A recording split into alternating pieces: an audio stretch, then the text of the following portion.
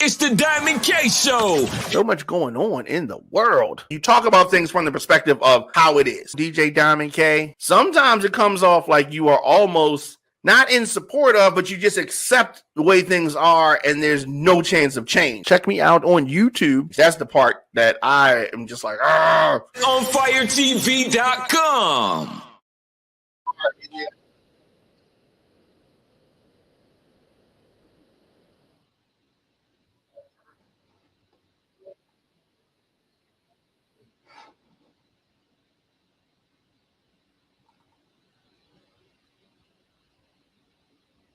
Looking for food that feeds your soul?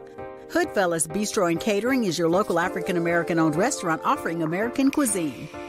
Located across from the courthouse, we offer daily jury specials to reward civic duty.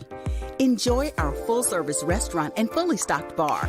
Dine in, pick up, delivery, and catering. Our themed happy hours feature live music, handcrafted drinks, and weekly specials. Book your private event at hoodfellowsbistrocatering.com. Welcome back. Welcome back. You made Diamond K in here, of course. The Diamond K Show on fire-tv.com. Thank you for joining me. Thank you for tuning in. So, a lot of takeaways from the midterms. President Biden made some comments and he stuck his head out the sand, feeling better than what the predictions were. You know, they were predicting there was going to be a what do they call it? A red wave. It was going to be all of these Republican victories, and there were Republican victories. Definitely were Republican victories, but it was not the wipeout that mainstream media was calling for. According to the narrative, I mean, Republicans, I think, had a disastrous night, really.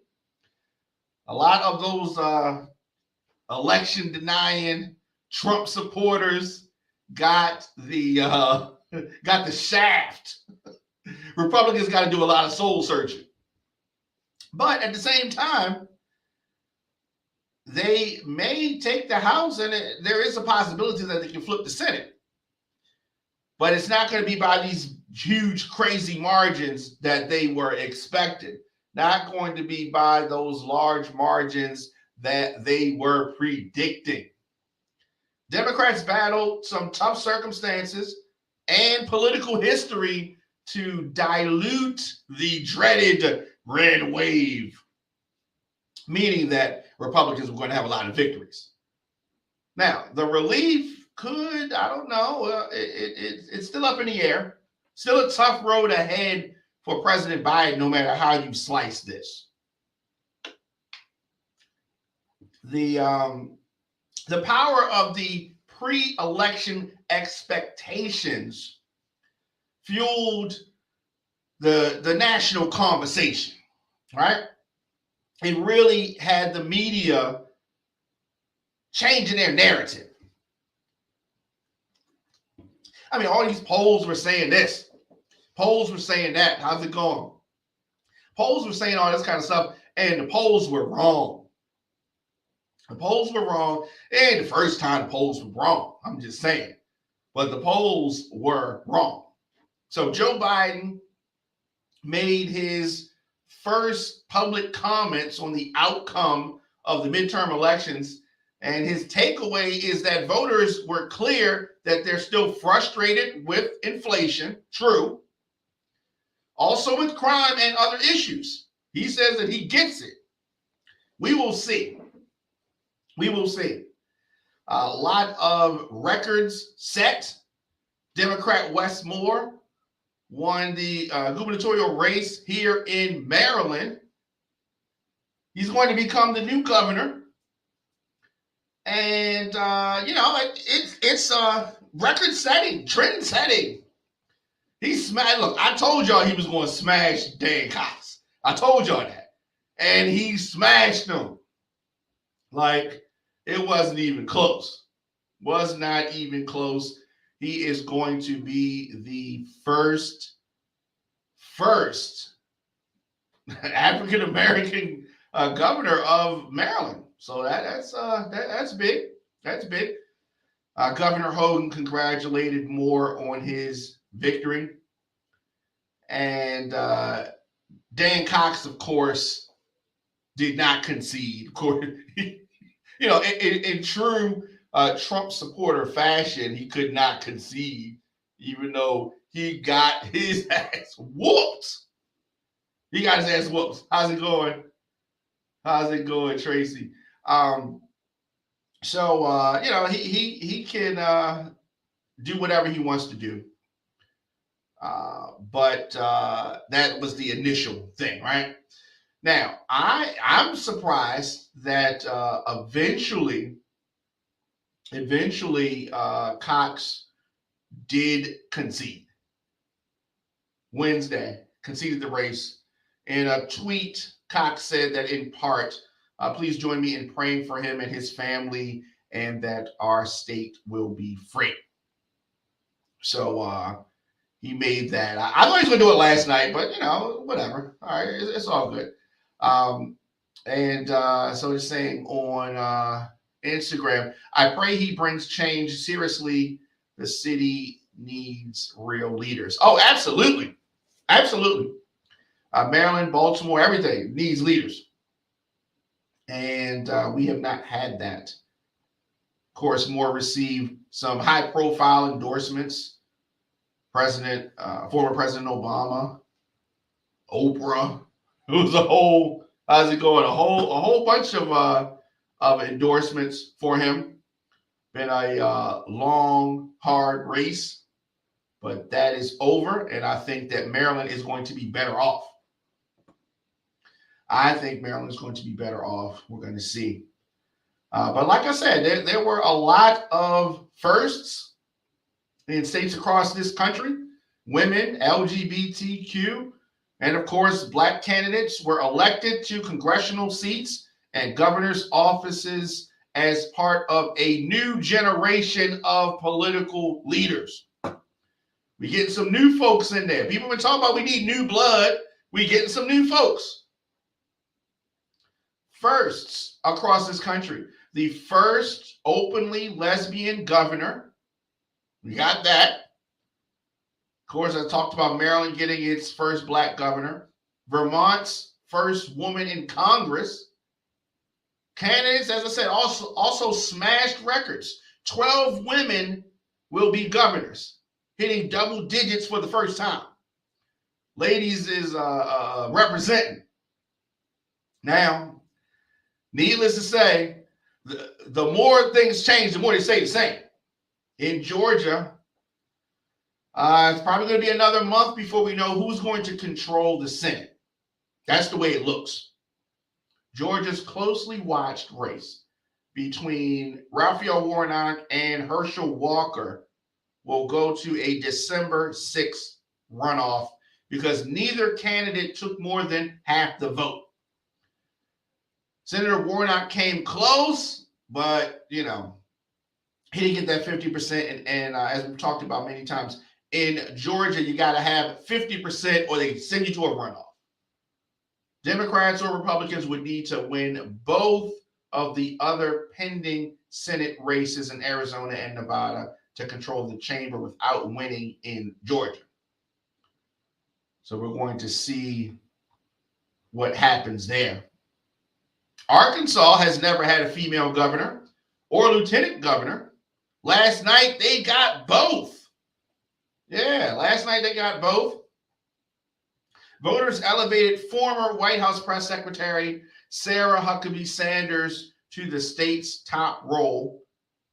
And this is a position that her father held from 1996 to 2007. Arkansas voters also picked the current attorney general to serve as the lieutenant governor. She will become the first woman to serve as the state's number 2, especially, she's essentially going to swap roles with the current lieutenant governor who was elected attorney general. Interesting, right? All of those are Republicans, by the way. You were wondering. Sanders faced a Democrat, Chris Jones, who was a nuclear engineer who would have become Arkansas's first black governor. Did not happen. Today, he congratulated Sanders, saying that history was made. Sarah's election has shown women, including my little girls, that being a woman is no longer a barrier to becoming governor of our state. Gracious. Sean Patrick Maloney lost his race.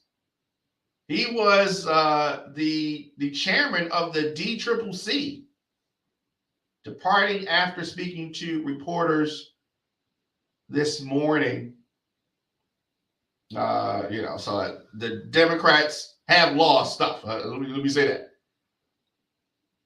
First time since 1993, there are not going to be any Maloneys in Congress. So took a setback. Comes from a big family, but he lost. He lost. And like I said, there were a lot of surprises. A lot of surprises that happened. Of course, Pennsylvania rejected Dr. Oz. Thankfully, rejecting Dr. Oz. This was Trump's pick. And you saw many of Trump's picks were bad selections. And the people rejected those selections in many cases. Not all, but many cases. In many cases, Americans rejected these election-denying, Trump-kissing, backside politicians. Not in all cases. J.D. Vance won in Ohio. That surprised me. Surprised me. Beto O'Rourke, who I thought ran a pretty good race in Texas, but he got smashed. Yeah, he lost that. He lost that. Winner of Alaska's U.S. Senate contest, still unclear. Whoever it's going to be, it's going to be a Republican. So we'll see about that, who that is going to be. Texas Attorney General Ken Paxton won re-election Tuesday. But aside from the fact, despite the fact that he has all of these controversies, including disciplinary action by the state bar, an FBI investigation, and a long-delayed trial on securities fraud charges. Only in America can somebody with this amount of controversy be the Attorney General. Let me say this again. Ken Paxton, Attorney General, won re-election, has been disciplined by the state bar. He's an attorney. He's under FBI investigation and is postponing a trial on securities fraud. I mean, it's crazy. Pennsylvania, Summer Lee has made history as Pennsylvania's first black congresswoman with her election. Well, that is big. Lee has served as a state representative since 2019. Speaking to supporters at a watch party, she called their event a scaled down thing because we've been through it. We had to go through ugly to get here, she said. There is a reason why there has never been a black woman ever serving in Congress in the history of Pennsylvania. So I can assure you they're not going to let up on us. They're not going to relent, she said. She defeated Republican Mike Doyle, who conceded last night. Oh, yeah. Speaking of Pennsylvania, Doug Mastriano, the Republican nominee, he was a Trump supporter and endorsed. Yeah, he got the shaft. He got the shaft. Democrat Josh Shapiro defeated him. Has not conceded as of yet. I mean, it's all good. You know what I mean? It's all good. We talked about Dr. Oz losing to John Fetterman. Yeah, it's It's been a very interesting time. Abortion rights in Kentucky, the advocates for that saw a clear vindication in that the state's rejection of an amendment that would have provided legal protections for a ban on abortions in Kentucky. Yeah. Kentuckians said, no, we ain't having that. We ain't having that. And we talked about New York. I guess there are a couple other New York things that we can go into. But Michigan's, we talk about abortion. Michigan, California, and Vermont voters have enshrined the right to abortion in their state constitutions as of yesterday. And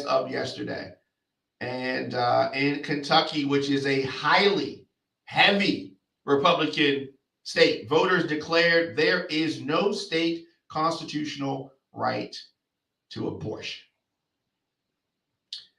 Yeah, it was a lot. It was a lot, so much. Of course, we're not going to touch on every single race. In Georgia, Stacey Abrams did not win, was not victorious. Sad day for Georgia. Sad day, but Brian Kemp victorious again. Talk about, you get what you get. You get what you wanted. Okay, that's what y'all want. I just don't think enough of us came out, voted in Georgia. It doesn't seem like it. We talked about Fetterman in Pennsylvania, J.D. Vance in Ohio, Mike Bennett in Colorado, Ted Budd in North Carolina, Greg Abbott victorious in Texas. We talked a little bit about that. Ron DeSantis victorious in Florida. Tony Evers in Wisconsin, all victorious. Gretchen Whitmer in Michigan. People were, the Republicans were acting like, she was going to lose. So she won her re-election bid. And all right, so I see BJ. What Stacey? There's no excuse. She lost the race. Kemp won. Okay, yes, I do owe you $5. You're right about that. Before you even bring it up, no excuse. You win, you lose. J.D. Vance, I didn't think he was going to win, but he won. So DeSantis, Rubio, all victorious in their re-elections. So a lot of takeaways. For this midterm. Democrat Hobbs is leading the loudmouth Republican Kari Lake in Arizona. We're going to see who wins that gubernatorial jousting. Very interesting because she's been more Trump than Trump. More election denial. What do you mean election denial? I've said the winners. I've said the losers. People that I didn't want to win, they won. I still said it. BJ? What are you talking about? And so who else? There's been a whole lot. There's been a whole lot. So many races, and the big takeaway is that I think even Republicans are showing that they're tired of Trump. They are tired of the election deniers. They are tired of that. I think that the Republican Party took their first big step towards moving away from Donald Trump. I think so. Stacey Abrams is USA #1 election denier. No, she is not. I don't know what you have against Stacey Abrams, Barnabas. I don't know. What do you have? Maybe you got something for her. Maybe you like her. Are you feeling her? You want to hit that? I don't know. I think she made like girls, but maybe you find her attractive because you like talking about her a whole lot. You like talking about her a whole lot. On the ballot here in Maryland and also in Missouri, voters approved recreational marijuana. What's going on, Frank? Voters approved recreational marijuana in Maryland and Missouri, but rejected it in 2 other states, signaling support gradually growing for the legalization even in conservative parts of the country. The results mean that 21 states have now approved marijuana recreational use. Arkansas and North Dakota voters rejected legalization. Those proposals were on the ballot, but so a similar initiative went before voters in South Dakota, but as of today, it was too early to call. Advocates said that the results send a message to lawmakers in Washington about support for the country, around the country, for the legalization of marijuana. So it is going to be, Frankie, it's not yet, but it is going to be. Voters have voted for it. A growing number of voters recognize that cannabis policy reform is in the best interest of public health and safety, criminal justice reform, social equity, and personal freedom. So the state voting follows moves by President Biden towards decriminalizing marijuana. Biden last month announced that he was pardoning thousands of Americans convicted of simple possession of marijuana under federal law. So I think this is a good thing. How much recreational use? It depends on a lot. It depends on a lot. It just got voted on yesterday. They haven't outlined everything yet. Goodness gracious, you ready to smoke already? So we're talking about Maryland. Maryland is going to make changes in criminal law and create automatic expungements of past marijuana possession convictions. So that is a good thing. That is a good thing. Heading into the election, recreational marijuana was legal in 19 states, and polls have shown opposition to legalization softening. All of the states with recreational marijuana on the ballot, except for Maryland, voted for Donald Trump in the 2020 election. So you want to eat what? Oh, that is edibles, right? Okay.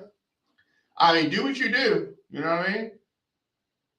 So that is interesting. 5 states that held votes on Tuesday have legal medical marijuana programs. That includes Arkansas, which in 2016 became the first Bible Belt state to approve medical marijuana. So the state's dispensaries opened in 2019. This is in Arkansas. And more than 91,000 patients have cards to legally buy marijuana for medical conditions. Yeah, so that is, the voters have spoken. The voters have spoken so much. So many takeaways from last night. And, hopefully you participated. Hopefully you understand, especially in these local elections, how important it is. Now, Democrats had a strong night. Republicans, had a decent night, but it wasn't nearly what they were calling for. But that's what it is.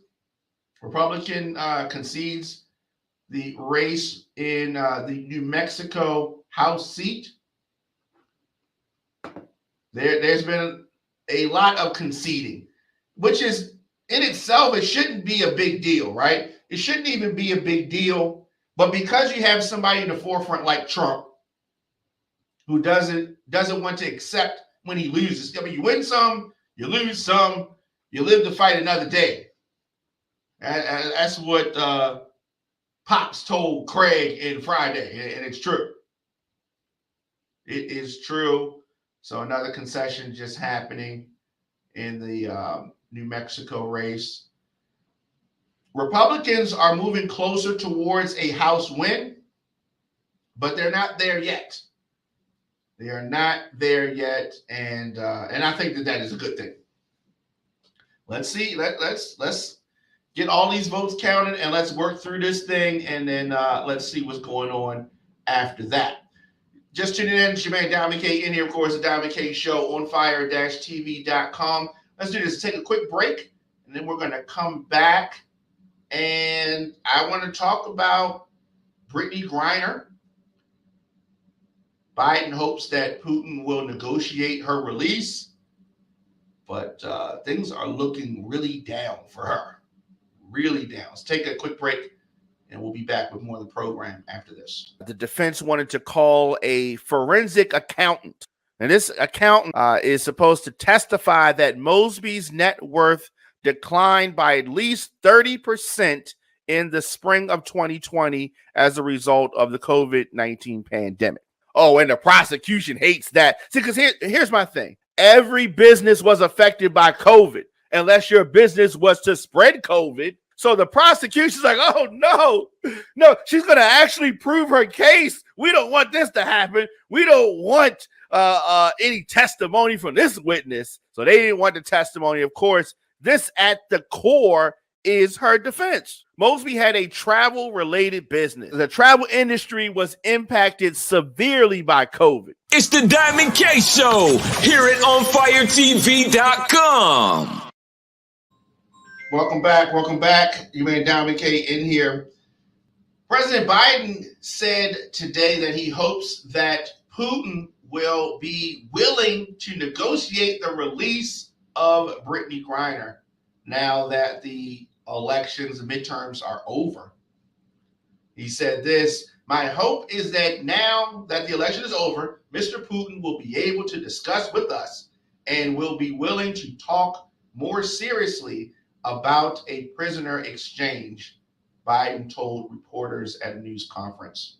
He spoke with Griner's lawyers, and they revealed that she has been sent to a penal colony to serve her sentence for drug possession. Not looking good. Officials have tried for months to negotiate the release of the basketball player and another American jailed in Russia, Paul Whelan, but there have been no signs of any progress. Doesn't seem like it is going anywhere. A diplomatic resolution has taken on new urgency after the court rejected an appeal of her 9-year sentence last month. The 8-time All-Star center with the WNBA Phoenix Mercury and 2-time Olympic gold medalist, it is a sad situation, unfortunately. Convicted in August after they found a vape canister containing cannabis oil in her luggage, and it has been downhill from then on. Her arrest, of course, came at a time of heightened tensions between Russia and Moscow. So who knows how that's going to go?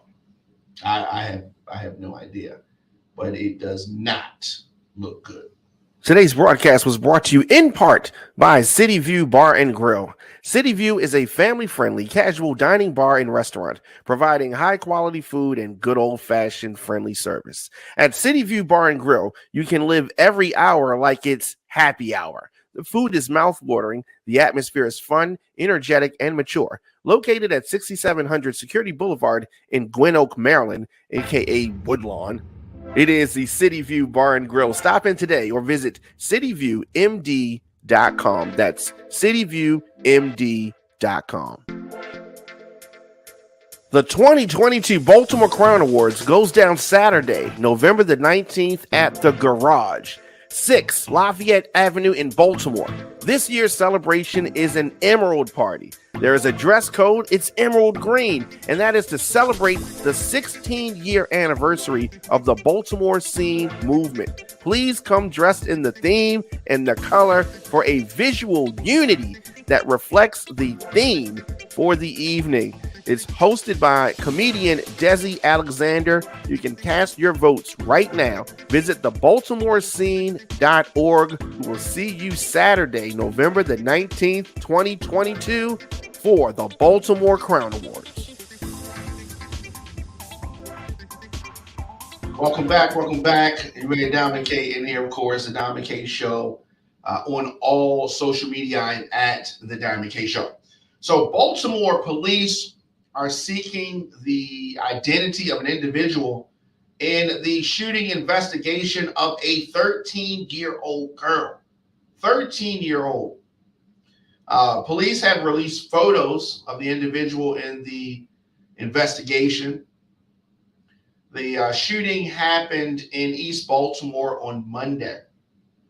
Officers said that the person that they released this picture of is not a suspect or person of interest, but the individual is someone that police say they're looking to identify because they are relative to the investigation. So the shooting happened Monday evening in the 1400 block of East Fayette Street. Officers said that the teenager remains in the hospital and is listed in grave condition. So security footage showed someone fire into a car at a liquor store parking lot. The shooter missed the intended target and hit the girl who was standing on the other side of the car. Sad. Anyone with information on the identity of the individual is asked to call detectives 410-396-2100. Just violence. I mean, just the holidays. I mean, easy. Why? What is going on? Yep. How's it going? Last thing before we get out of here. Elon Musk. And just because you have money, not liquid, he doesn't have all these billions liquid. Like, he doesn't actually have the cash, right? He had to borrow money to complete the purchase of Twitter. Anyway, the owner, Elon Musk, is pleading with advertisers to stay using Twitter because, I mean, it is just a fiasco right now. It's a fiasco over there. He has sketched out his plans for user verification, content moderation, and even his intention to add banking features to Twitter in front of a live audience of folks. So he's trying to keep the thing together because a lot of folks are leaving Twitter. Most of you, I would say, probably don't even use Twitter. Of course, you're aware of it, but you necessarily don't use it. What would be an indicator of success? He overpaid for Twitter by about $20 million. But a collection of major advertisers and brands listening to his remarks underscored the intense interest, the perception of risk generated by Elon Musk's erratic management style, how he's been acting over the past week, from launching then unlaunching product changes to his sweeping layoffs that hit half of the company. His critics, are,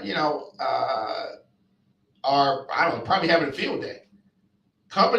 Many companies have paused advertising on Twitter. He's asking for them to give him a chance. Like I said, he's been erratic. You've seen it. You've seen the headlines. He said that I understand that people want to give it a minute and see how things are evolving.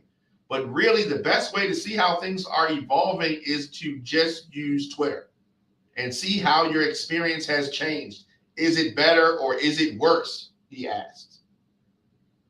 Are you going to stay on Twitter? Are you going to pay to use Twitter? That's what he wants in a lot of instances. They're going to roll out some payment features, and I suppose that could be good. Depends. He has repeatedly urged skeptics to use the platform while addressing questions about his proposal to offer blue check marks to users who agree to pay $8 a month. I want you to pay $8 a month for Twitter. And so it is interesting. Users who pay for the Twitter Blue, the platform's subscription service, will not be required to provide identifying information other than a credit card and a phone number, he confirmed. Twitter will eventually default to displaying tweets from Twitter Blue subscribers, while tweets from users who do not pay for a blue check mark would be relegated to a separate page on the site and effectively buried unless viewers sought out that material. So he's really looking to monetize for overpaying for this. Brands will be expected to foot the bill for their own verification on Twitter Blue, he said. He did not go into the specifics about a separate gray verification badge that Twitter is developing for major brands, government accounts, and media outlets. This feature, the company has said, will not be available for purchase, but rather bestowed on high-profile accounts to distinguish them from those who paid for blue check marks. Today, Twitter briefly appeared to have rolled out the gray checkmark feature for some users, though Elon Musk soon after tweeted that he had killed it. A Twitter product manager working on the feature left the door open for its eventual release. Things are just crazy over there. It seems very unstable right now. It seems very unstable. But we'll follow it up and see where it's going. I definitely have not liked some of the language that I've seen over there, but Twitter's always been off the hook. Really, it's always been the wild, wild west over there. Yeah, it is something else. Definitely let me know your thoughts in the comment section. Instagram, Facebook, Twitter, LinkedIn, TikTok at The Diamond K Show. I'm still there right now. And I'll let you know if I leave, but I haven't seen enough for me to leave just yet. But I'll keep you posted. Definitely. Anybody needs to get in touch with me, djdiamondk@gmail.com. I'll see you guys tomorrow. Visit OnFireTV.com for live top stories, breaking news, and original shows.